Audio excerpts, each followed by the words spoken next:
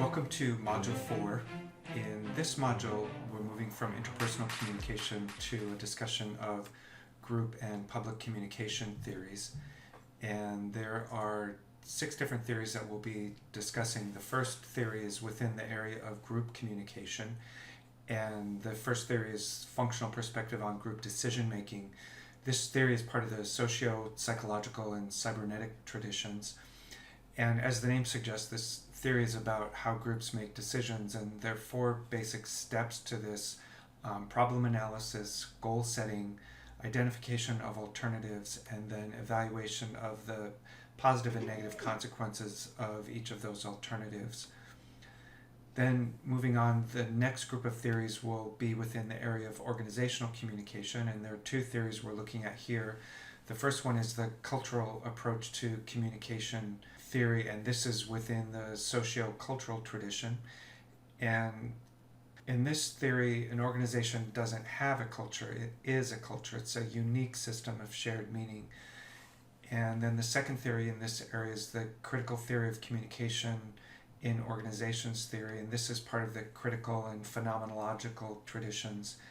And this theory really looks at management styles and is critical of management styles and looks at how organizations can be managed differently so that they have different effects on our everyday lives.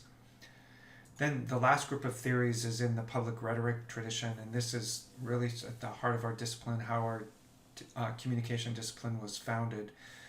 And the first theory is the rhetoric, and this was founded or based primarily on the works of Aristotle. And many of the rhetorical theories, and this in particular, is looking at how are speakers able to persuade the audience.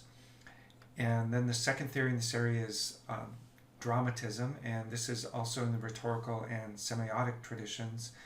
This theory looks at elements of the pentad, which are the act, scene, agent, agency, and purpose.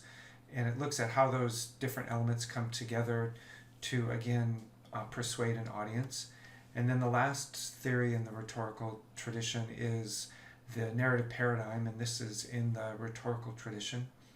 And this theory, the development of this theory, really looks at people, humans, as storytellers, and so it looks at how we organize our lives through the stories that we tell.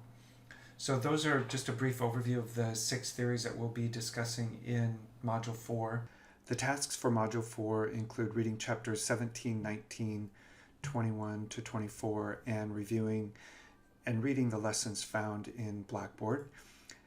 So the assignments to complete for Module 4 include to post the required contributions to the voice thread for this module, complete the knowledge checks in lessons 4A and 4B, contribute to the wiki for this module, and then there's nothing due for the paper at the end of this module, but you can begin revising research paper portion A and start writing portion B of the paper.